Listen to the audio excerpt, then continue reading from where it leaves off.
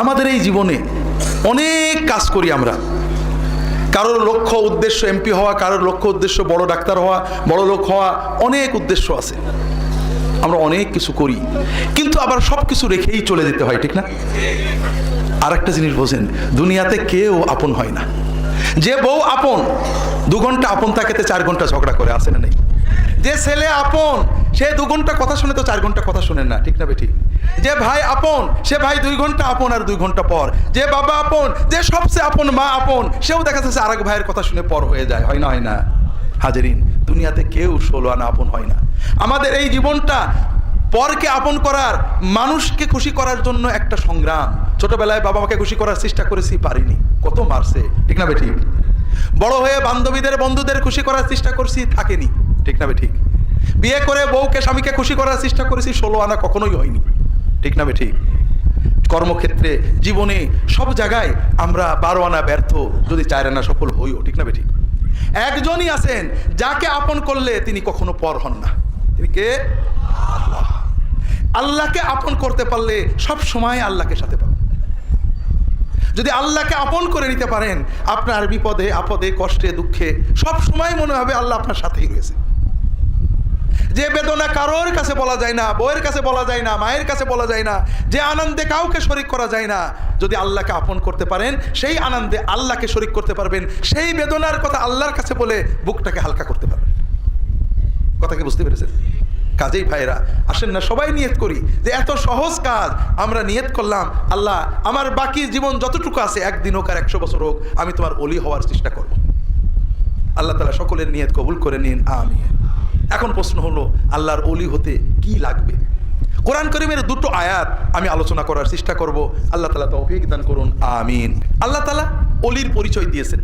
দুর্ভাগ্যবশত বাংলাদেশের মানুষ, আমরা কিন্তু ওলি আল্লাহদের খুব ভক্ত, ঠিক না বেঠিক? এটা বাস্তব, কারণ ওলি আল্লাহরাই এদেশে দিন এনেছেন। ওলি আল্লাহদের ভক্ত হওয়া, মহব্বত করা খারাপ জিনিস না, কিন্তু সমস্যা হলো ওলিকে কিভাবে চিনব? ওলির চিহ্ন কি? যে ব্যক্তির পাগড়িটা খুব সুন্দর, সে ওলি, ঠিক না? তালি মনমোহনরা সিং, সেও তো বড় ওলি, ঠিক না? যার জুব্বাটা খুব সুন্দর, সে আল্লাহর ওলি, ঠিক না? তাহলে তো ইন্ডিয়ার সাই বাবা আর খ্রিস্টানদের পোপ, সেও আল্লাহর ওলি হয়ে যেত। কথা বুঝতে পারেননি? যার দাড়িটা খুব বড়, সে আল্লাহর ওলি নাকি? তাহলে তো রবীন্দ্রনাথ ঠাকুর আল্লাহর ওলি হয়ে যেত। কথা বোঝেননি? যে অলৌকিক কাজ দেখাতে পারে, যে ফু দিলে বোতল ফেটে যায়, কাছে গেলে মনের কথা বলে যায়, নাম বলে দেয়, যে দোয়া দিলে রোগ ব্যাধি সেরে যায়, সে তো আল্লাহর ওলি, ঠিক না? তাহলে ভাইরা, ইন্ডিয়াতে শত শত সাধু আছে, শত শত সাই বাবা আছে, এরা সব আল্লাহর মহা ওলি হতো। একবার আশীর্বাদ করলে মন্ত্রী হয়ে যায়, গেলেই বলে দেয় তোর এই রোগ, তুই ওই কাজ কর। ওরা তো আল্লাহর ওলি, ঠিক না? হাজেরিন, এই জায়গায় বড় ফিতনা, বড় সমস্যা। বাংলাদেশের মানুষ এখানেই ঠকে গেছে।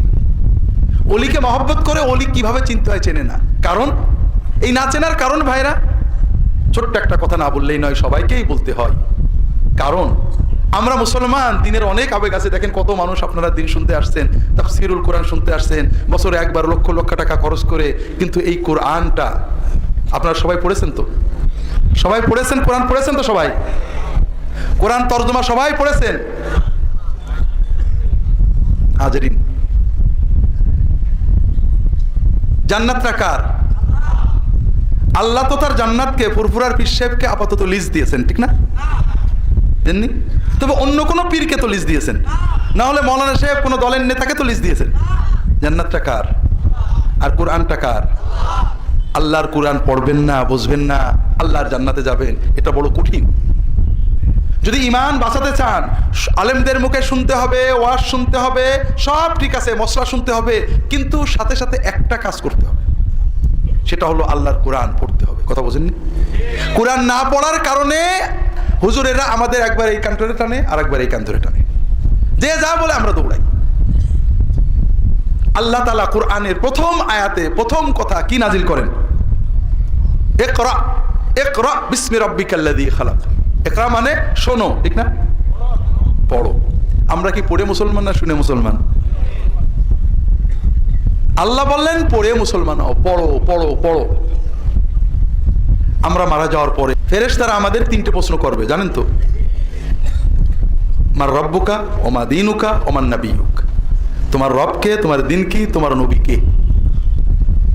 যে প্রশ্নের উত্তর দিতে পারবে না সে বলবে হা হা লা আদরি সামিআতুন নাস ইয়াকুলুনা শাইআন ফাকুলতু, হাই হাই আমি তো জানি না, আমি মানুষদেরকে শুনতাম কি যেন বলতো, আমিও শুনে শুনে বলতাম, কিন্তু এখন তো মনে পড়ছে না।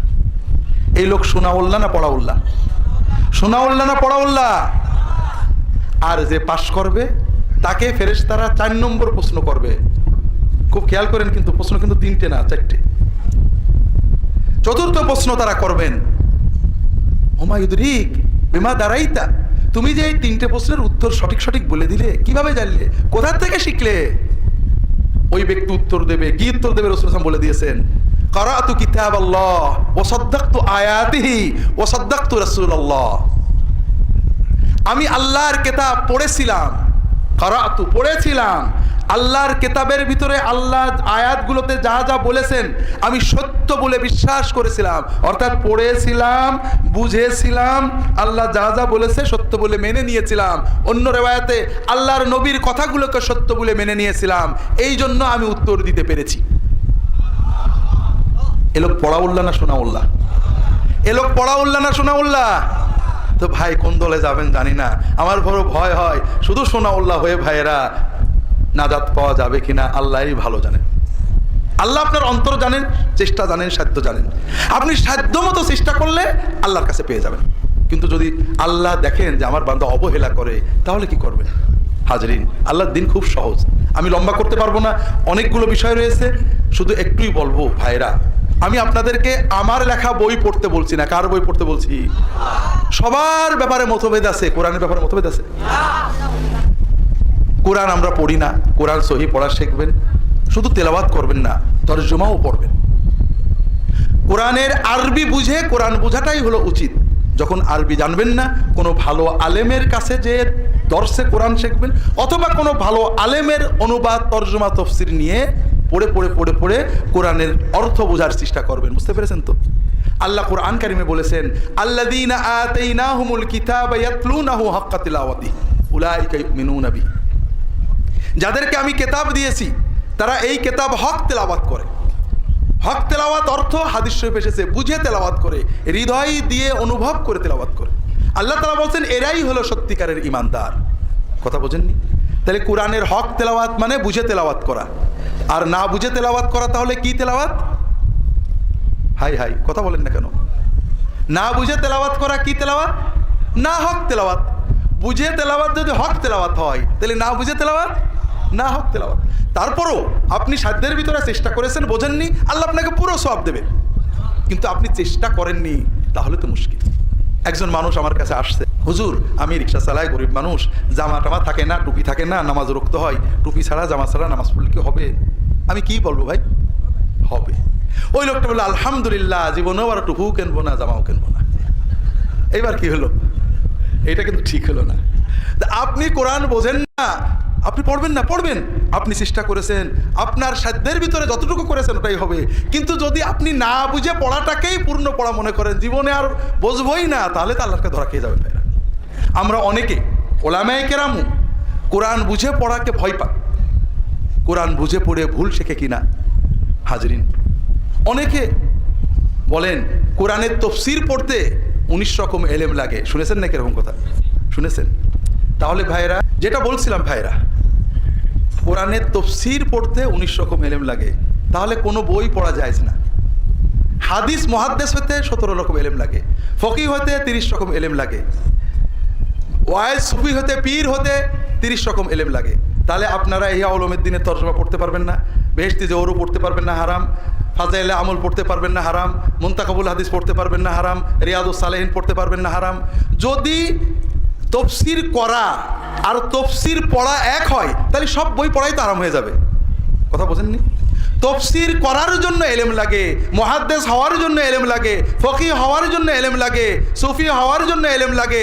কিন্তু তাসাউফের বই লেখা বই পড়ার জন্য, হাদিসের লেখা বই পড়ার জন্য, আমলের লেখা বই পড়ার জন্য, ফেকার লেখা বই পড়ার জন্য কোনো এলেমই লাগে না। না এলেম আলাদের জন্যই তো বইগুলো লেখা হয়। কথা বুঝতে পারেননি? বড় কষ্ট লাগে ভাইরা। আমরা মানুষদেরকে কোরআন থেকে সরিয়ে নিতে চাই, এর কারণ অন্য কিছু না। যখন কেউ কোরআন পড়ে তখন আলেমদেরকে নানা রকম প্রশ্ন করে। আমাদের সমাজে আলেম ওলামারা নির্যাতিত, নিপীড়িত, নিগৃহীত, বঞ্চিত। গরিব মানুষ বেতন পায় 5,000 টাকা, ইমামতি করে, গায়েল শোনে, সব জায়গায় বই পড়ার সুযোগ পান না, গবেষণার সুযোগ পান না। যদি মুসল্লি এসে উল্টোপাল্টা প্রশ্ন করে উনি পড়বেন কোথায়, বকা দিয়ে দেন, কেন এইসব পড়ো, তুমি কি সব নাসেক মানসুক জানো নাকি? কথা বুঝতে পেরেছেন? ওলামায়ে কেরাম অনুরোধ করব, এটা 100 বার ঠিক, ওলামায়ে কেরাম মাজলুম, কিন্তু তাই বলে আপনার দ্বারা যেন দিনের ক্ষতি না হয়। আপনি উত্তর দিতে না পারলে বলবেন যে ভাই ঠিক আছে, আপনি কোরআনের তরজমা পড়েছেন ভালো, এর উত্তরটা আমি আমার উস্তাদদের আলেমদের থেকে জেনে আপনাকে পরে জানাবো। অথবা বলেন আমাকে আলেমের কাছে যান। মানুষদেরকে কোরআন পড়তে, কোরআন বুঝতে আপনি বাধা দেবেন না ভাইরা। উলামায়ে কেরামের কাছে যেতে হবে। কিন্তু এই লক্ষ লক্ষ মানুষ কেন গোমরা হয়ে যাচ্ছে আমার বড় ভয় লাগে। আমাকে অনেকে বলেন হুজুর কোরআন পড়ে গোমরা হয়ে যাবে, নাউজুবিল্লাহ। এই যে সমাজের লক্ষ লক্ষ মানুষ শিরকে ডুবে আছে, বিদআতে ডুবে আছে, পাপে ডুবে আছে, বেপরদা চলছে, জেনা ব্যভিচার করছে, মদ খাচ্ছে, সুদ খাচ্ছে, কবরে সেজদা করছে, পীরের সেজদা করছে, দ্বীনের নামে শিরিক কুফর করছে, এরা কোরআন পড়ে করছে না পড়ে করছে? ভাইরা, কোরআন পড়ে কেউ এইসব করে না। কোরআন পড়ে খুব কম লোকই ভুলভাল করে, অধিকাংশ মানুষই ভালো হয়ে যায়। কথা বলেন না? এখন কেউ যদি বলে মাদ্রাসায় পড়ে অমুক লোক চোর হয়েছে, 100 জনের ভিতর 2 জন লোক খারাপ হয়েছে, কাজেই মাদ্রাসায় পড়া যাবে না, কথা কি ঠিক হবে ভাইরা? কেউ যদি বলে দাড়ি রেখে অমুক লোক অন্যায় কাজ করেছে, কাজে দাড়ি মানি রাখা যাবে না, এটা কি ঠিক হবে ভাইরা? না। কাজেই আমার অনুরোধ হলো, ভাইরা যদি সত্যিকারের ইমান বাঁচাতে চান, ইমান নিয়ে জান্নাতে যেতে চান, আল্লাহর ওলি হয়ে জান্নাতে যেতে চান, সব কথা বলবো। প্রথমে যে কথা হয়তো শেষে বলা হবে না, বলে যাব, আল্লাহর হস্তে নিজের ইমান নিজে বাঁচাতে হবে। ভাইরা, নিজে কোরআন পড়ুন, সহিহ তেলাওয়াত শিখুন, কোরআনের তরজমা পড়ুন। না পড়তে পারলে যদি আপনারা নিরক্ষর হন, মসজিদের ইমাম সাহেবকে মাসে 200 টাকা, 300 টাকা, 500 টাকা দেবেন, যে সপ্তাহে অন্তত 1 দিন 2 দিন, অথবা প্রতিদিন ইশার পরে, মাগরিবের পরে, জোহরের পরে, ফজরের পরে 10 মিনিট, 15 মিনিট, 20 মিনিট মাআরিফুল কোরআন, তাফসিরে তাওজিহুল কোরআন, কোনো ভালো আলেমের লেখা তফসির, তুমি শুধু কোরআনের আয়াত পড়বে আর তফসিরটা পড়বে, নিজের থেকে কিছু বলবে না। বাইরে একটু দেখেন না, 1 বার 2 বার কোরআন তরজমা পড়ুন অথবা শুনুন, দেখবেন ইমান পাল্টে গেছে, তাকওয়ায় আপনার অন্তর লাল হয়ে গিয়েছে, রঙিন হয়ে গিয়েছে, আল্লাহর বেলায়েত আপনি এমনিই পেয়ে যাবেন। আল্লাহ রাসূল সাল্লাল্লাহু আলাইহি ওয়াসাল্লাম বলছেন, ইন্না হাযাল কোরআন শাফিউন মুশাফফা ওয়া মাহিলুন মুসাদ্দাক ফামান জাআলাহু আমামাহু কাদাহু ইলাল জান্নাহ ওয়া মান জাআলাহু খালফাহু কাদাহু ইলান নার আও কামা ক্বালা সাল্লাল্লাহু আলাইহি ওয়াসাল্লাম। এই কোরআন যার জন্য শাফাত করবে, আল্লাহ তার শাফাত শুনবেনই, আর যার বিরুদ্ধে বিবাদী হবে তার আর রক্ষা নেই। কেউ যদি এই কোরআনকে সামনে রাখে, কোরআনের তালেবে ইলম হয়, কোরআনের মুরিদ হয়ে যায়, কোরআনের অনুসারী হয়ে যায়, এই কোরআন তাকে জান্নাতে নিয়ে যাবে। আর কেউ যদি কোরআনকে পিছনে ফেলে রাখে, কোরআনকে মটকাই তুলে রাখে, কোরআনকে সামনে না রাখে, এই কোরআনের সাথে যদি বেয়াদবি করে, কোরআন তার বিরুদ্ধে গেলে তার আর বাঁচার উপায় থাকবে না। তো ভাইয়েরা, আমরা অনেক সময় বলি যে আমি অমুক হুজুরের মুরিদ, আমার হুজুর যদি জান্নাতে যায় আমিও যাব, এরকম বলে নাকি? হলে তাই না? আমি একবার এক ওয়াজের মাহফিল, এরকম একটা বড় ওয়াজ মাহফিলে, কোথায় জন্য চট্টগ্রাম না কোথায়, এরকম বলছি আমাদের দাদা হুজুর জান্নাতে আমিও যাবো। এই কোনে এক যুবক বসেছিল, সে ছোট্ট করে বলছে, হুজুর আপনার দাদা হুজুর জান্নাতে গেছে, দেখে আইছেন তো? কথা বোঝেননি? অমক হুজুর, অমক পীর, অমক মাওলানা, অমক মুর্শিদ জান্নাতে গেছে, দেখে আসছেন নাকি? কি করে বললেন? ইমাম আবু হানিফা রাহমাতুল্লাহ আলাইহি তার লেখা ফিকহুল আকবর বইটার অনুবাদ এবং ব্যাখ্যা এখানে পাবেন। তিনি তার এই ফিকহুল আকবর বইয়ে এবং ইমাম তাহাবি রাহমাতুল্লাহ আলাইহি তার আল আকিদা তাহাবিয়া বইয়ে স্পষ্ট লিখেছেন, যার নাম কোরআনে নেই অথবা যার নাম কোনো হাদিসে স্পষ্ট নেই, কোরআন বা হাদিসে যাকে জান্নাতি বলে, আল্লাহর ওলি বলে সাক্ষ্য দেওয়া হয়নি, এই রকম কোন মানুষকে আল্লাহর ওলি বলা তো দূরের কথা, জান্নাতে যাবে এই কথাও নিশ্চিতভাবে বলা যাবে না। কিন্তু এই কোরআন যে জান্নাতে যাবে এ ব্যাপারে কি সন্দেহ আছে? তাহলে আসেন না কোরআনকে ধরি। আর আল্লাহর হাবিব, আল্লাহর খলিল মুহাম্মদ রাসূলুল্লাহ তিনি বলছেন কোরআনকে ধরলে জান্নাতে নেবেই, এরপরও কি আর সন্দেহ থাকে? আপনারা অনেক সময় মনে করেন যে কোরআন ধরা কঠিন, হুজুর ধরা সহজ, ঠিক না? আমি আল্লাহর ওলি হওয়ার আয়াত এবং হাদিস বলবো, তার আগে একটা মজার কথা মনে পড়লো, না বললে পরে ভুলে যাব। আমাদের দেশে অনেক মানুষ আছেন যারা বলেন নামাজ না পড়লে কি হয়, ইমান ঠিক আছে, বলে না? আছে, মাশাআল্লাহ। হ্যাঁ, আর আমি আপনাদের মারেফতের ভেদ বলি, নামাজ পড়ে না ইমান ঠিক আছে, এইরকম মুসলমান বাংলাদেশে যত বেশি হবে আমাদের হুজুরদের তত লাভ। এই জন্য আমরা যতই বলি নামাজ পড়ো, বাবারা নামাজ পড়ে, এটা আমাদের মুখের কথা। দেখবেন বেনামাজি মরে গেলে দাওয়াতে চলে যায়, বেনামাজির জানাজা পড়াই, দুবাই মাশাআল্লাহ জান্নাতুল ফেরদৌসে পৌঁছে দিই। ঠিক আছে না? ঠিক আছে। কারণ নামাজ পড়ে না এই রকম মুসলমান বেশি থাকলে আমাদের লাভ কি করে? একটু ভেদের কথা শিখে না। নামাজ পড়ে না, ইমান ঠিক আছে, তার মানে সে বোঝে যে বিপদ আপদ আল্লাহ দেয়, আল্লাহই কাটায়, কিন্তু নামাজ কালাম জানে না। ওর যখন কোনো বিপদ হয়, ছোট বিপদ বড় বিপদ, গরুর অসুখ, ছেলের অসুখ, স্বামীর অসুখ, মামলা মকদ্দমা, রোগ ব্যাধি, মাথা ব্যথা, কষ্ট হয়, ও আল্লাহর কাছে দোয়া করতে জানে, নামাজ কালাম জানে না। ও তখন কি করে? 200 টাকা 500 টাকা, একটা মুরগি 2টো ছাগল নিয়ে, আমাকে অবহেলা করেন না, বাংলাদেশের 16 কোটি মানুষের জন্য প্রায় 12 লাখ পীর আছে, তার ভিতরে আমি একজন, একবার খেলাফত হওয়া পীর। কাজেই আমরাও ভাগের ভাগ কিছু পাই। তাহলে বেনামাজি মুসলমান নারী পুরুষ দেশে বেশি থাকলে আমাদের লাভ না লস? আর আপনাদের লস। কেন? 1 নম্বর হলো ইমানটা লস। কারণ আপনি আল্লাহ রসুল সাল্লাল্লাহু আলাইহি ওয়াসাল্লাম বারবার বলেছেন নামাজ না পড়লে ইমান ঠিক থাকে না। যত হুজুরি যাই বলুক, মুহাম্মদ রাসূলুল্লাহ সাল্লাল্লাহু আলাইহি ওয়াসাল্লাম বলছেন নামাজ না পড়লে ইমান ঠিক থাকে না। 2 নম্বর কথা হলো আরো ইমান যাওয়ার অন্য কারণ আছে। বিপদে পড়লে কার ডাকতে হয়? আপনি বিপদে আল্লাহকে না ডেকে মনে করেন অমুকের কাছে গেলেই বোধহয় বিপদ কেটে যাবে, এটাও ইমান নষ্ট হওয়ার একটা কারণ। তাহলে আপনি প্রথমে ইমানটা নষ্ট করলেন, হারালেন। 2 নম্বর, আপনার টাকা, ছাগল, গরু হারালেন। ওইটা নিজের বাড়িতে বাচ্চা কাচ্চা নিয়ে জবাই করে খাইলে, বিক্রি করে টাকা দিয়ে খাইলে আপনার লাভ হতো না? আমার দিয়ে দিলেন, আমার তো এমনিই চর্বি অনেক। তাহলে 2টো লস গেল। কয়টা লস গেল? 3টে লস হলো। যে জন্য গেলেন সেটাও হয় না। এই হুজুরির সব হাদিয়া দিলেই কি বিপদ কেটে যায়? একেবারে প্রতি বছরই তো দেওয়া লাগে, তারপরও বিপদ থেকেই যায়। ঠিক না? ঠিক। হ্যাঁ, বিপদ কাটে, সবারই কাটে। ওই মা কালীর মানতও যে করে তারও কাটে, ও যে দরগায় মানত করে তারও কাটে, যে কিছুই করে না তারও কাটে। না কাটে না? কারণ মানুষ যখন মনের আবেগে ডাকে, শিরিক করলেও আল্লাহ দোয়া কবুল করে, আল্লাহ কোরআনে বলেছে। তবে শিরকের জন্য তাকে শাস্তি পেতে হয়। তাহলে লস কয়টা হলো? 3টে। ইমান লস হলো, টাকা পয়সা লস হলো, বিপদ রয়েই গেল। হাজরিন, আর যদি নামাজ পড়তেন, আল্লাহ রাসূল সাল্লাল্লাহু আলাইহি ওয়াসাল্লাম বলছেন, আকরাবু মা ইয়াকুনুল আবদু মিনাল্লাহি ওয়া হুয়া সাজিদ ফাআকথিরু ফীহি মিনাদ দুআ ফাইন্নাহু কামিনুন আইয়ুস্তাজাবা লাকুম। বান্দা যখন নামাজে সাজদা করে, তখন বান্দা আল্লাহ তাআলার সবচেয়ে কাছে চলে যায়, নিকটবর্তী হয়ে যায়, বান্দার সাথে আল্লাহর দিদার হয়ে যায়। ওই সাজদার ভিতরে তোমরা বেশি বেশি করে আল্লাহর কাছে দোয়া করবে। নামাজের সাজদার ভিতরের দোয়া আল্লাহ কবুল করার সম্ভাবনা খুবই খুবই বেশি। কাজেই যে মানুষ নামাজ পড়তে পারে, নামাজে আল্লাহকে ডাকতে পারে, নামাজ পড়ে আল্লাহর কাছে দোয়া করতে পারে, ওর কোনো বিপদ থাকে না। আমি আপনাদের নিশ্চয়তা দিয়ে বলছি, নামাজটা মন দিয়ে পড়েন। নামাজের সেজদায় রাসূলুল্লাহ সাল্লাল্লাহু আলাইহি ওয়াসাল্লাম যে সুন্দর সুন্দর দোয়া পড়তেন, পড়েন। 1টা মাস পড়ে দেখেন, আপনার কোনো বিপদ থাকলে আপনি আমাকে বলেন। আপনারা মনে করেন নামাজ পড়া কঠিন, হুজুরের কাছে যাওয়া সহজ। ঠিক, এই কথাটা চিন্তাটাকে ঠিক। নামাজ আমার মালিকের সাথে পড়বো, 2 মিনিট 5 মিনিট মালিকের সাথে কথা বলবো, আর হুজুরের কাছে যাবো, গাড়ি উঠবো, গাড়ি চড়বো, টাকা নেবো, হাদিয়া নেবো, দেবো, আবার টেনশন করবো। সহজ কোনটে? আল্লাহু আকবার। বাইরে একটা কথা বলি, হয়তো টিভিতে কেউ কেউ শুনেছেন, আমার জীবনে অনেক কথা আছে। ইসলামিক টিভিতে তখন প্রোগ্রাম করি, আমি কোন কোন দিনে প্রোগ্রাম করি, লাইভ প্রোগ্রাম, জানে তো সবাই। টিভি প্রোগ্রামের আগে বসে আসি, কিছুক্ষণ আগেই পৌঁছে যেতাম। হঠাৎ এক ভাই এসে আসি, ঢাকা একেবারে বাইতুল মুকাররমের কাছে, ওখানে কি যেন বিজয়নগর না কি নাম, যাই হোক, ওইখানে বাড়ি।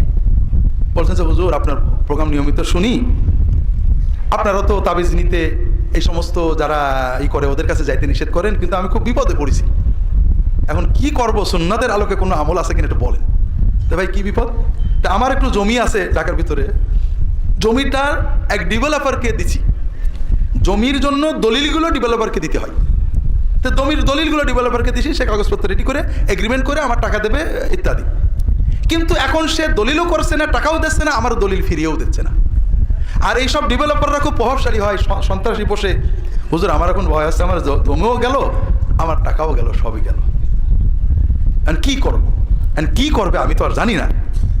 এখন আমি তাকে বললাম যে ভাই, আল্লাহকে ডাকতে হবে, আপনি তাহাজ্জুদের নামাজে উঠে আমার রাহে বেলায়েত বই থেকে 2টো দোয়া শিখিয়ে দিলাম, যে এই দোয়াটা আপনি পড়বেন তাহাজ্জুদে সেজদায়, যে অন্তর দিয়ে অর্থ বুঝে আপনি আল্লাহর কাছে ডাকতে থাকবেন, হয়তো বা আল্লাহ বিপদ কাটে। এছাড়াও তাহাজ্জুদের পরে, নামাজের পরে এই দোয়াগুলো করবেন। 2-3 সপ্তাহ পরে উনি চলে গেছেন। 2-3 সপ্তাহ পরে বা বোধহয় 1 মাস পরে, আমার ঠিক ভালো মনে নেই, হঠাৎ দেখে আবার আসছেন উনি। তো হুজুর আলহামদুলিল্লাহ একটা সুসংবাদ আছে। তো কী হয়েছে? তো হুজুর কয়েকদিন আগে 2-3 দিন আগে বললেন, হয়তো আমার ভালো মনে নেই, ওই ডেভেলপার এমনি এসে দলিলগুলো আমার দিয়ে চলে গেল। আমি বললাম আলহামদুলিল্লাহ, আল্লাহ তো দয়া করে বিপদ কাটিয়েছেন। বলে হুজুর কিন্তু অন্য একটা বিষয় আমার মন খারাপ লাগছে। কেন ভাই? বলে হুজুর আমি এই যে কয়েক সপ্তাহ তাহাজ্জুদের নামাজে সেজদায় যে আল্লাহর কাছে দোয়া করছিলাম, কাঁদছিলাম, এত মজা পাচ্ছিলাম, এখন আমার মনে হচ্ছে যে দলিলটা যদি আরো 2-4 মাস পরে দিত তাহলে ভালোই হতো। ভাইরা, আল্লাহর ইবাদত, আল্লাহর সাথে কথা বলা যে কত মজা পাইলেন না? মনে করলেন হুজুরের কাছে আরাম, আর আল্লাহর কাছে দিনের ভিতরে 10-15 মিনিট 20 মিনিট নামাজে কথা বলবে, এটা কষ্ট। ভুল বুঝলেন ভাইরা। আপনারা মনে করলেন যে কোরআনের মুরিদ হওয়া কঠিন, হুজুরের কাছে যায়। ভাইরা না, কোরআন আল্লাহর কালাম, কোরআন আপনার ঘরে আছে, পড়বেন, আল্লাহর সাথে কথা বলবেন, দিলে তাকওয়া আসবে। হ্যাঁ, এরপরে কোরআনের আলোকে যে আলেমকে ভালো পাবেন, সেই আলেমের সোহবতে যাবেন, মসলা মাসাইল শুনবেন। একা কোরআন পড়ে মুফতি হওয়ার চেষ্টা করবেন না, কারণ আল্লাহ নিজেই কোরআনে বলেছেন প্রত্যেক মুমিনকে কোরআন বুঝে পড়তে হবে। ইয়াতলুনা হাক্কা তিলাওয়াতিহি। আবার আল্লাহই কোরআনে বলেছেন ফালাউলা নাফারা মিন কুল্লি ফিরকাতিন মিনহুম তাইফাতুন লিয়াতাফাক্কাহু ফিদ্দীন। প্রত্যেক জনপদের ভিতরে কিছু মানুষ বেরিয়ে যেতে হবে, অনেক দিন গবেষণা অধ্যয়ন করে দ্বীনের ফিকে অর্জন করতে হবে, ফকিহ হতে হবে। কাদের কোরআন বুঝে পড়া আর ফকিহ হওয়া এক জিনিস নয়। আপনি কোরআন বুঝে তাকওয়া অর্জন করবেন, মাসলা মাসাইলের জন্য আলেমদের, কোরআনের আলোকে যে আলেমকে ভালো পাবেন, যে আলেমকে মুত্তাকি পাবেন, যে আলেমকে হকপন্থী পাবেন, সেই ধরনের আলেমদের সহবতে যে ফিকা শিখবেন, মসলা শিখবেন। আল্লাহ তাআলা তৌফিক দান করুন, আমিন। হাজরিন, একথা বলার উদ্দেশ্য, আল্লাহ কোরআন কারিমে ওলি কে তা বলে দিয়েছেন। আমরা কোরআন না পড়ার কারণে চিনি নে, পাগলের মতো দৌড়িয়ে বেড়াই, ইমানটাও নষ্ট করি। আল্লাহ তাআলা কোরআন কারিমে বলছেন আউযু বিল্লাহি মিনাশ শাইতানির রাজীম, আলা ইন্না আউলিয়া আল্লাহি লা খাউফুন আলাইহিম ওয়া লা হুম ইয়াহজানুন আল্লাযীনা আমানু ওয়া কানু ইয়াত্তাকুন। সাবধান, জেনে রাখো আল্লাহর ওলিদের কোনো ভয় নেই, তাদের কোনো টেনশন নেই। আল্লাহর ওলি হতে পারলে ভয়ও থাকবে না, টেনশনও থাকবে না, ঠিক না ভাই? কিভাবে? একটা ছোট্ট গল্প বলি। গল্পটা আব্দুল কাদের জিলানী রাহমাতুল্লাহ আলাইহির সময়ের। বাগদাদে তখন দুর্ভিক্ষ হচ্ছে। কি হচ্ছে? দুর্ভিক্ষ। দুর্ভিক্ষ মানে আমরা যারা বাংলাদেশের স্বাধীনতার সময়ে মোটামুটি বড় ছিলাম, 74-এর সময় দুর্ভিক্ষ দেখেছি, দেখেননি? দুর্ভিক্ষ দেখেছেন না দেখেননি? বয়স্করা দেখেছেন না? যুবক কিশোররা দেখেনি? দুর্ভিক্ষ মানে হলো খাবার নেই, টাকা পকেটে আসলে খাবার কিনতে পাওয়া যাচ্ছে না, টাকা নেই, খাবারের দাম আগুন, মানুষ না খেয়ে রাস্তায় মরে আসে, লাশ পড়ে আসে, এর নাম হলো দুর্ভিক্ষ। বাগদাদ মুসলমানদের রাজধানী, সেখানে দুর্ভিক্ষ কেন? এর কারণ জানতে হলে এটাও দরকার, প্রাসঙ্গিক বলা দরকার, যদিও আয়াতের ব্যাখ্যাটা পিছিয়ে যাচ্ছে। আপনারা খ্রিস্টানদের কথা শোনেননি? শুনেছেন তো? খ্রিস্টানরা আমাদের দেশেও আছেন, তারা মানুষের সেবা করেন, ধর্ম প্রচার করেন, আছে না নেই? আমাদেরকে মানবতা শেখান। আবার মুসলমান যুবকদের বলে, মুসলমানদেরকে বলে, দেখো ইসলাম ধর্ম মারামারির ধর্ম, আর খ্রিস্টান ধর্ম ভালোবাসার ধর্ম। নাউজুবিল্লাহ বললেন না? খুব ভালো করে বুঝুন, আমি বিস্তারিত যেতে পারবো না। খ্রিস্টান ধর্মের পোপ পাদ্রীরা 1978 সালে আমেরিকার কলোরাডো স্প্রিংস শহরে মিটিং করেছেন, north American conference on evangelization of Muslims. মুসলমানদের কিভাবে খ্রিস্টান বানাতে হবে সেই বিষয়ক সম্মেলন। এই সম্মেলনে তারা সিদ্ধান্ত নিয়েছেন 1915 সালের ভিতরে বাংলাদেশের অন্তত 3 ভাগের 1 ভাগ মুসলমানকে খ্রিস্টান বানাতে হবে। খুশি হয়েছেন? আর 1940-45-এর ভিতরে বাংলাদেশের মেজরিটি হয়ে যাবে খ্রিস্টান। এজন্য তারা তাদের বাইবেলকে মুসলমানদের ভাষায় তর্জমা করেছেন, নিজেদেরকে মুসলমান দাবি করেন, ঈসাই মুসলমান বলেন। তারা বলেন আমরা কোরআনও মানি, ইঞ্জিলও মানি, তাওরাত মানি, আমরা ঈসাই তরিকার মুসলমান। ধর্মান্তর বলেন না, ব্যাপটিজম বলেন না, তরিকাবন্দি বলেন। মুসলমানদেরকে বলেন তোমরা মুসলমানই থাকো, নামাজ রোজা পড়ো, একটু ঈসা মসির ধ্যান করো। কোরআন দিয়ে মুসলমানদের বিভ্রান্ত করেছেন। কোরআন নিয়ে যে বলে এই দেখো কোরআনের ভিতরে ঈসা মসির নাম আছে, কাজেই তুমি যদি তাকে ত্রাণকর্তা না মানো, ঈসা মসির উপর ঈমান না হনো, জান্নাতে যাবে না। বিভিন্ন প্রতারণার মাধ্যমে মুসলমানদেরকে খ্রিস্টান বানাচ্ছেন, বিভিন্ন প্রতারণা দিয়ে। এরপরে তাদের কাছে একটু যাওয়ার পরে আস্তে আস্তে ইসলামের বিরুদ্ধে অনেক কথা বলেন, রাসূলুল্লাহ সাল্লাল্লাহু আলাইহি ওয়াসাল্লামের বিরুদ্ধে অনেক কথা বলেন, রাসূলুল্লাহ সাল্লাল্লাহু আলাইহি ওয়াসাল্লামের প্রতি ঘৃণা জন্মান, কোরআনের প্রতি ঘৃণা জন্মান। এরপরে যখন ওই মানুষটা কোরআনের উপরে পেশাব করে, তখন তাকে আসল দায়িত্ব দেন। তারা মুসলমানদের ভিতরে বলেন, অনেক কথা বলেন, তার একটা কথা বলেন যে ইসলাম মারামারির ধর্ম। দেখো না হুজুররা কিভাবে মারে, ওই দেখো না জঙ্গিরা কিভাবে মারে, আর খ্রিস্ট ধর্ম ভালোবাসার ধর্ম। হাজরিন, আর মুসলমানরা জানে না, পড়ে না, কাজেই মনে করে তাই তো হুজুররাই তো মারামারি করে, খ্রিস্টানরা তো করছে না। খুব ভালো করে বুঝুন, মুসলমানরা মারামারি করে দুর্ভাগ্যজনকভাবে, এটা কথা ঠিক আছে, কিন্তু মুসলমানেরা 1000 বছর ধরে যে কয়টা মানুষ মারছে, খ্রিস্টানরা একদিনে তার চেয়ে অনেক বেশি মানুষ মেরেছে। একটু পড়েন, বেশি পড়া লাগবে না, এখানে একটা বই আছে কেতাবুল মুকাদ্দাস, ইনজিল শরীফ ইসাই ধর্ম, আমার লেখা, একটু পড়েন। ইন্টারনেট সব লিঙ্ক দিয়ে দিয়েছি, ইন্টারনেটে যে লিঙ্ক দেবেন, উইকিপিডিয়া পড়বেন, খ্রিস্টান লেখকদের লেখাই পড়বেন যে ধর্মের নামে, ধর্ম প্রচারের নামে, ধর্ম বিরোধীদের মারার নামে, হেরেসির নামে, হেরেটিকদের বিরোধিতা করার নামে, ক্রুসেডের নামে, ধর্ম খ্রিস্ট ধর্ম প্রচারের নামে গত 2000 বছরে অন্তত 2-3 কোটি মানুষকে তারা জীবন্ত নির্মমভাবে শান্ত মাথায় হত্যা করেছে, জীবন্ত আগুনে পুড়িয়ে মেরেছে।